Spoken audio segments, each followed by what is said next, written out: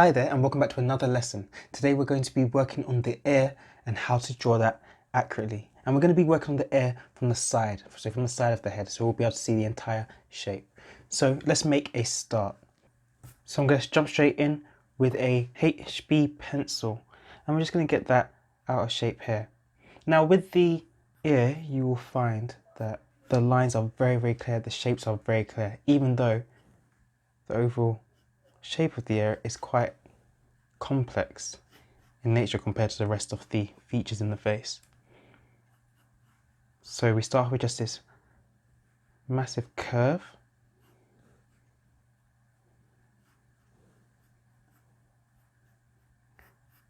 And of course there's quite a lot of variation around hair in the ear. Some people have it attached and some people like me have it detached. So there's a curve around here for me, so I'll make sure to include that. So there we go. That's our backwards C shape. Okay, so now let's start working on the inner bit of this outside helix part of the ear. So these are all using fairly clear lines as opposed to the inner parts which use a lot more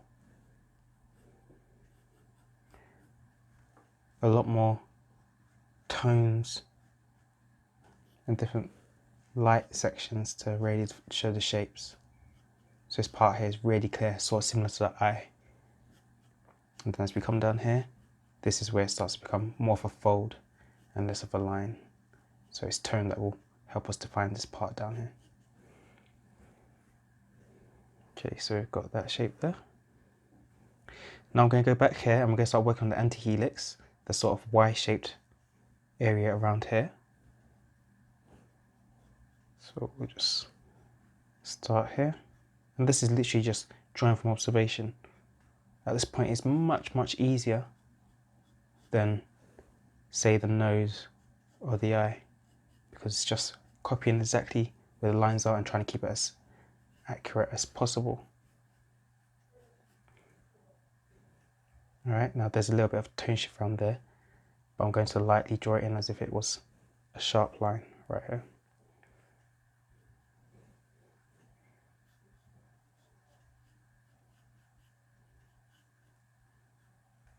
And there's that little bump that sticks out, and to show that it's sticking out later on I'll have to make sure that's light, but for now it will just stay as a small bump like that. And then we swirl around into the inner ear. Over here we get a little bit of curve where it comes from the main part of my head into my ear. So that should go there and the tone will do the rest. Okay, and let's try and pick out some of the other parts. So this isn't an actual line, but it will help me just figure out where to add some tone later on. So I'm just going to lightly mark it anyway. Okay. And that little dip there, which is the same, it's not an actual mark, but it is an area of tone, just so I can see it as a landmark later on. All right. Okay, and we'll just leave it like that. So there's our outline, which leaves us ready to start adding in the tone and picking out all these shapes and really getting the form of the ear and its shape. So here we go. We're going to jump in with a 2B. And I'm going to start at the top left, because after all, I am a right-hander. So here we go. Remember how we usually start?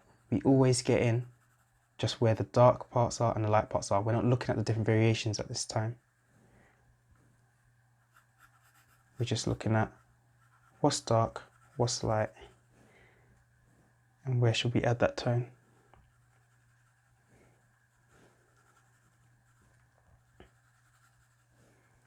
So underneath here will pretty much always be darker than up here, because it's just under shadow. This curls over and this is underneath it. This is the part which we don't really see much of and that we can curl around and pull off on our own ears.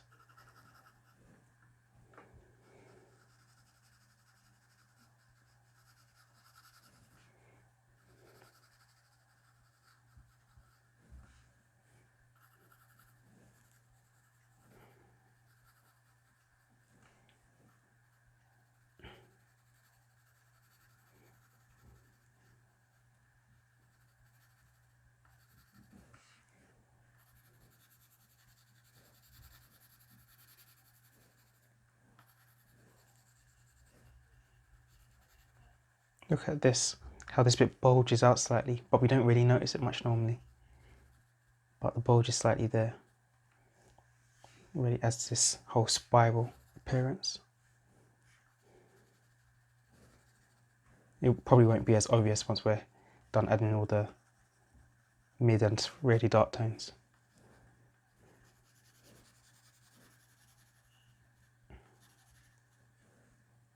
Okay.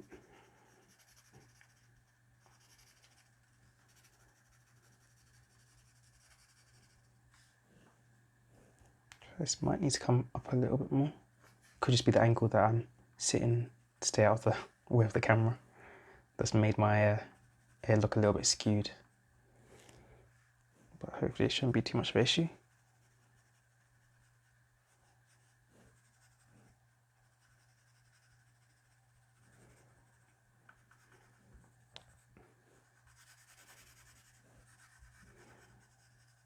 You see this little dip here? That's where we normally pierce our ears. That dip there. There's a really sort of flabby part of the ear. I think it's just cartilage in there, or really soft cartilage in comparison to a much harder one here. So is it cartilage? Maybe it's fat. Shows I've got a little bit more research to do in that area. Although this is the thing with art, in the end we end up being knowledgeable in so many different areas because we're constantly doing research or look at the technical side of things to make sure that we're doing things properly. I speak a bit more about this in my visual library series. I did about 3 videos on visual libraries and building them, and I mention how research and understanding how the world works comes into our job as artists, and especially comes into the jobs of those who go on and want to do design, especially sort of things such as concept design or concept art for movies, games and the like. Alright, so I think we're in a good position now. We sort of know where the lights and darks are. Let's start really honing in on it. So I'm going to stick with the 2B, but I'm going to start going a considerable amount darker in the dark areas.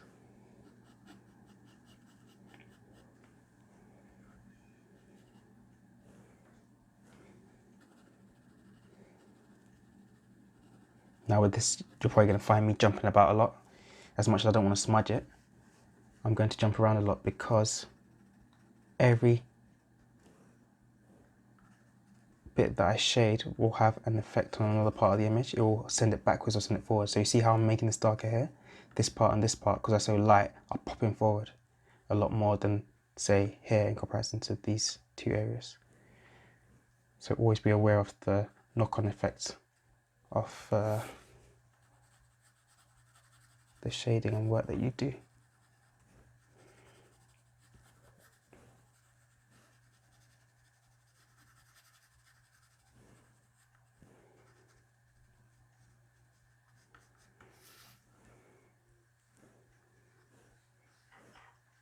Got a bit of style change here, just going to change to HP for a second.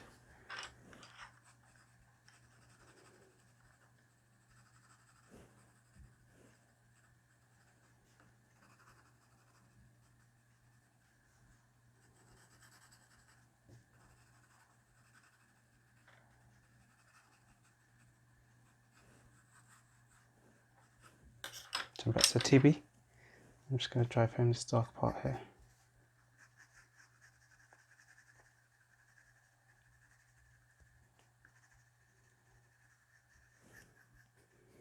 And it just fades out up here. Remember what I said on this inner part, there's a lot less harsh lines and a lot more gentle folding, rising and falling as it curves round. Unlike out here where it's right curved over, so all this is underneath. So I need to make sure that we're controlling our tone in those areas so that it doesn't look like it's thick sticking out bits, or that like there's a gap under here like there is over here.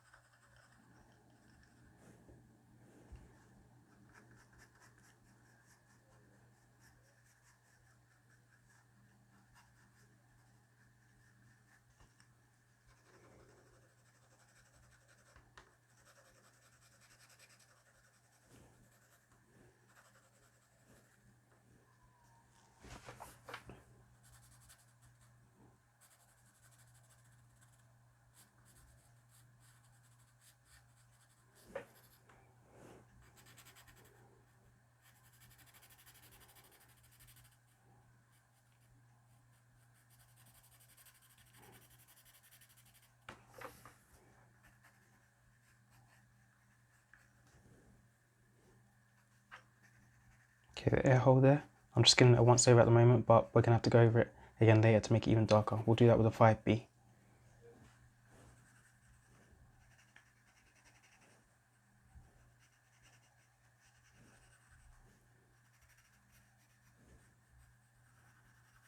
Okay, switch to HB. Sorry, to the B.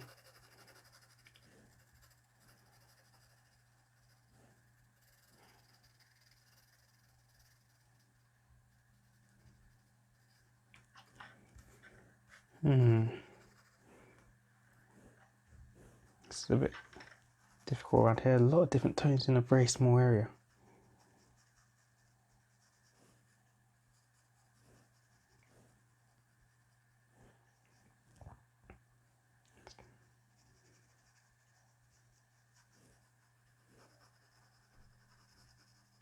Super lightly, try and blend as much as possible.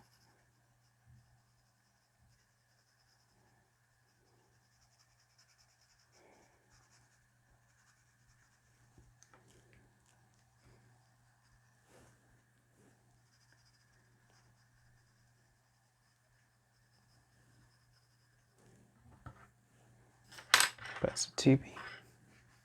Just going to try coming out of the air hole with some darkness to show how it curves in.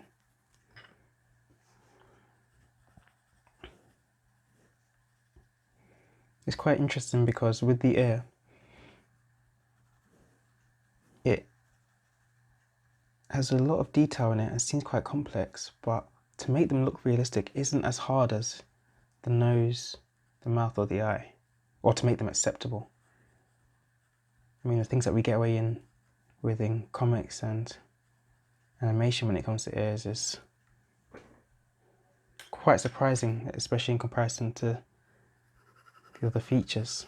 With them, you need to get it pretty right, and if you don't, it messes up everything. With the ears, you can get away with getting it completely wrong, simplifying it down to nothing but just the outer shape. So with the ear, you've got a lot more leeway.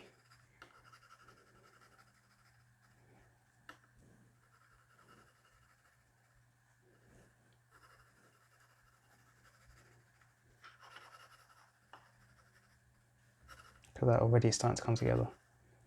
Unlike the nose, which we struggled to really get that form. Or the eyes, where it was a lot hard to get that dip. We haven't got that problem with the ear as much. Okay, let's go quite dark around this edge bit. Start to pick up these shapes.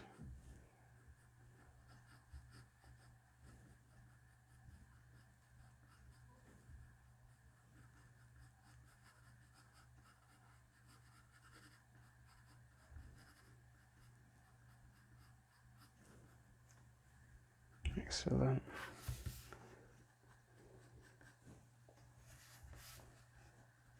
Try not to come off screen.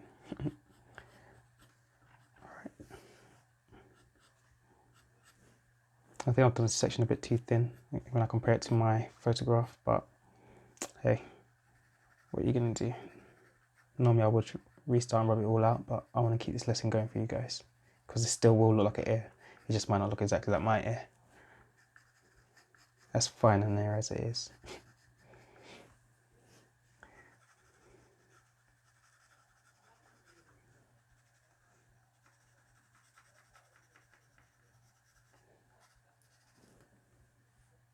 Good.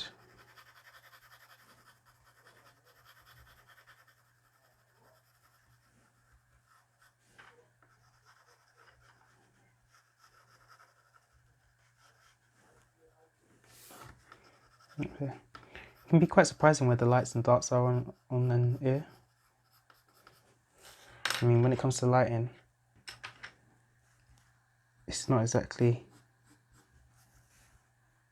my forte, but I tend to be able to get a vague idea of where lighting's coming from, even without reference. But with the ear,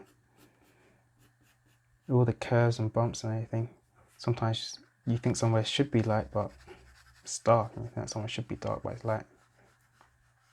Which is why it's so important to build that visual library and that knowledge of ears, like I've mentioned before. Once you've seen and analysed 100 ears and drawn them, then all of a sudden you can probably figure out where the lights are supposed to go and where the darks are supposed to go. What are we working with? A 2B still? Going to switch to a 4B soon, because I'm not really seeing the dips enough. There's not enough depth here.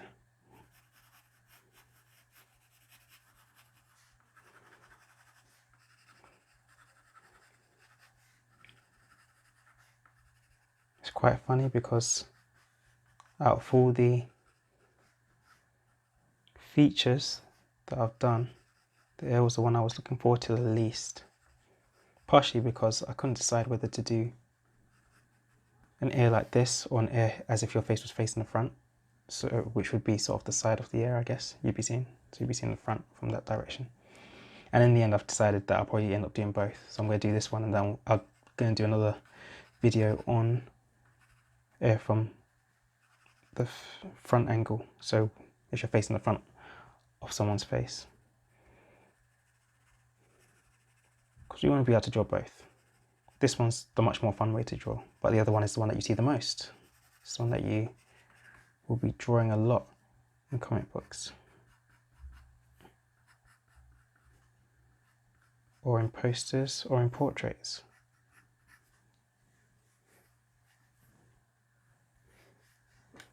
Looks like we're going to put a little bit of context behind here.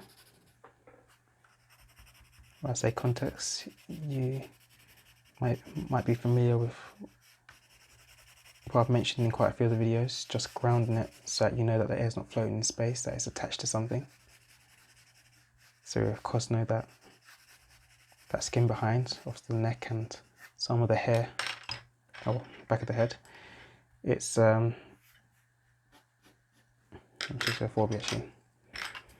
it's right there, so we'll keep it there in shadow behind to show that the air is being raised up. And this will help us make that form a bit more evident.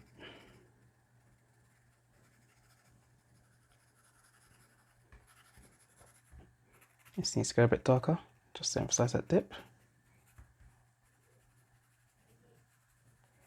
And we'll keep going.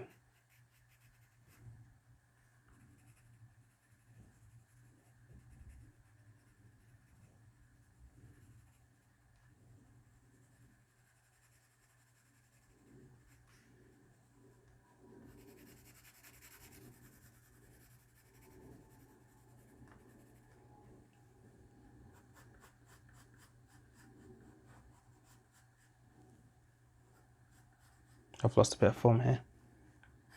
That's for my bad base drawing. I'm actually going to have to modify this one because it doesn't look quite right. So let's go rub this out here. And let's get this curve right this time. So it should come over like that. There we go.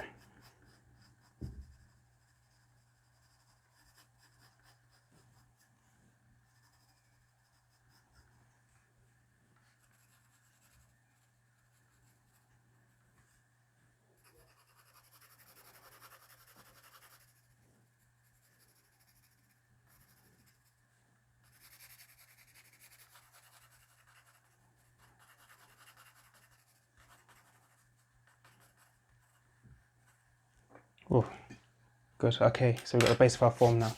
Now we're going to be switching a lot in between the different pencils, and we shall start with a 5B. I'm jumping straight to dark. I'm going to start right here in the canal.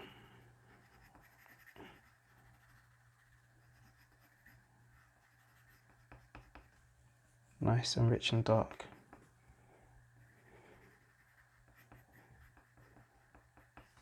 Look, sends it right back. Brilliant. Can we jump to a 4B?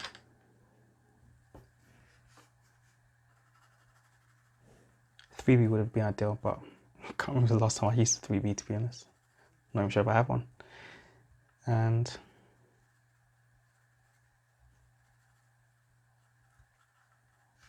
there we go. Let's jump back to the 5B. Let's carry it around. Hey, this is part of the area as well. I guess I could do that too.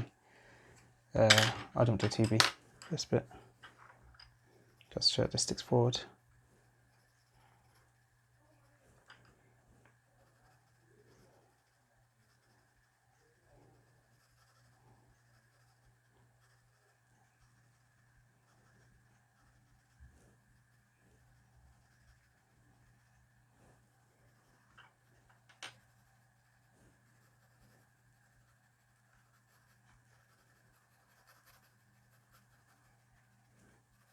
Okay, so you see this bit's raised here. So we want to keep that as light as possible around here and there, just like in the image that you see. Make sure that form is there.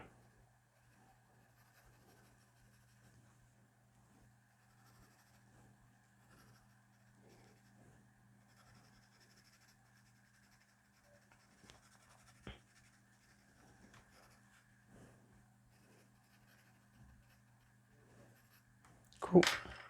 Let's jump up to the 4B. And we're going to just do this bit here.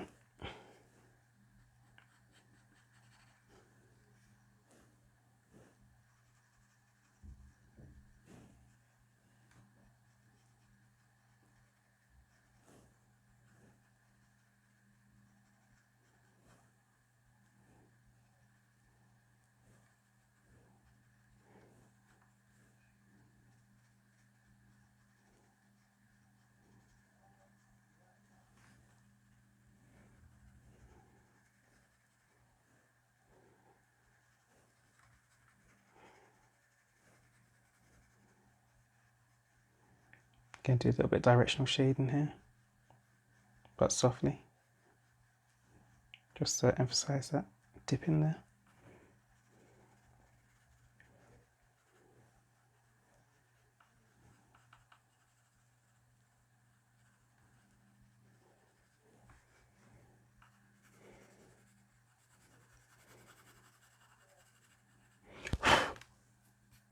That's unfortunate.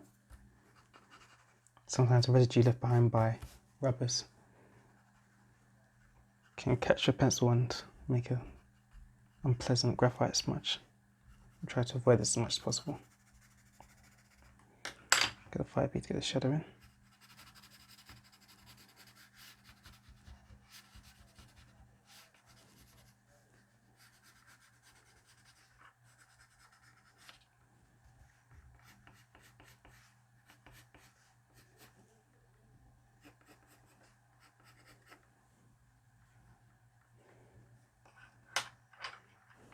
And just stick with the 5B for now. So we do this A a bit out here, out a bit out here.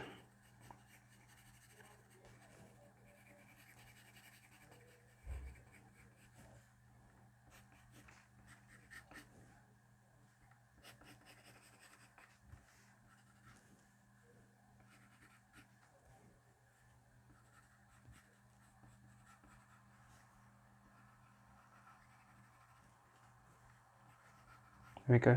As I'm building up that contrast, you can really see the form start to pop. You see how that just popped out as I made it darker? But it doesn't look how it's supposed to. It should be a bit more gradual than that, like shift. So we're going to slowly just lower that, because it's coming out a bit too high. Almost a bit cauliflower airish. So like a rugby player. Switch to a 4B.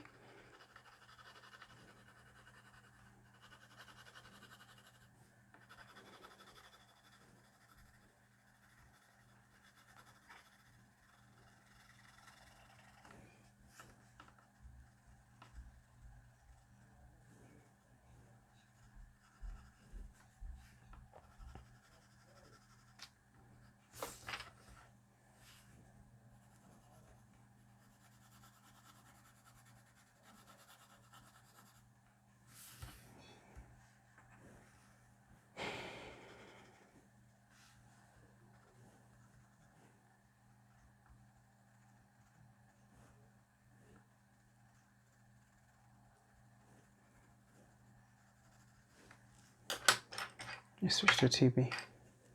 I need to make these blends a little bit smoother. So that one's a bit harsh and it gets a bit smoother.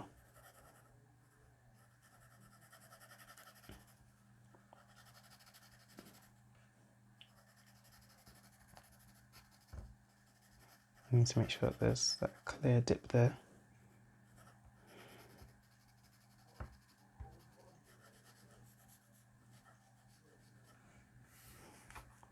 And a little bit of darkness there.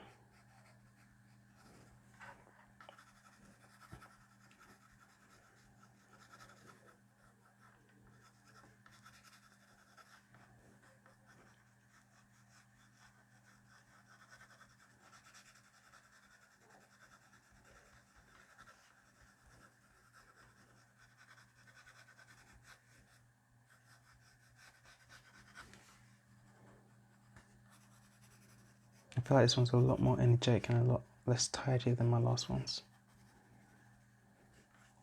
A lot more visible pencil strokes. Not that I mind, I always like the energy in my drawings. I've never been one for hyperrealism, as I've mentioned a couple of times before.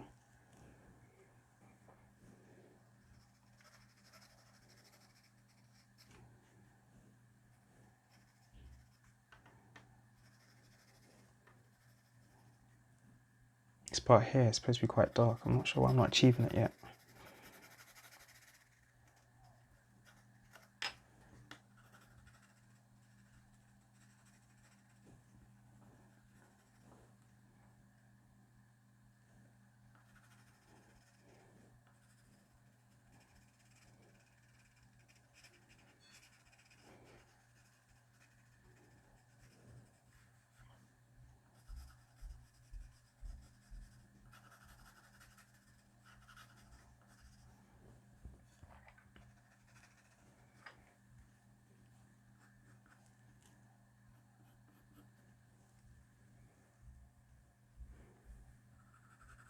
And you know what I'm thinking?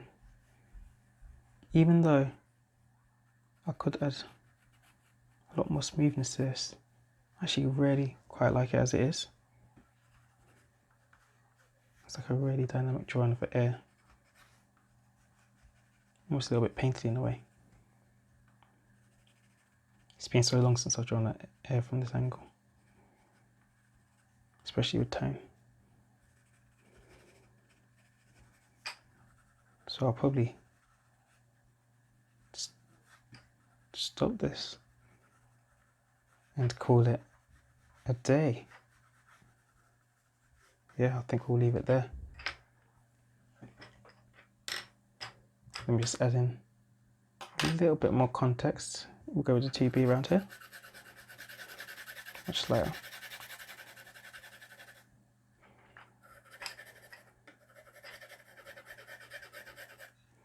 And we'll just leave it like that. So thanks for watching. Hopefully you saw exactly how I went about making that, how we started with the outline first and then slowly built up those shades in where we just picked out the shaded parts and the non-shaded parts first, and then we went in with all the variations from very dark to mid-tone through to very light, making sure that our lightest parts are still the white of the paper. Okay, you can see those gentle curves there and the harsher curves here where it's in quite a lot of shadow, or in there where it goes far into your ear and there's a lot of depth. All right, that's what we're trying to achieve when we're drawing the air from this angle. That whole idea of depth and the curves and the undulating forms. So hopefully you were able to draw along, or if not, you're going to go and have a go now. And if you're done with that and want a little bit more practice, don't forget we also have our other feature drawing lessons and how to draw a face. And we've also got some really good videos coming up. So we've got lots to look forward to. Thanks for listening. Subscribe if you haven't already so that you don't miss any more videos like this. And that's it for now. Until next time.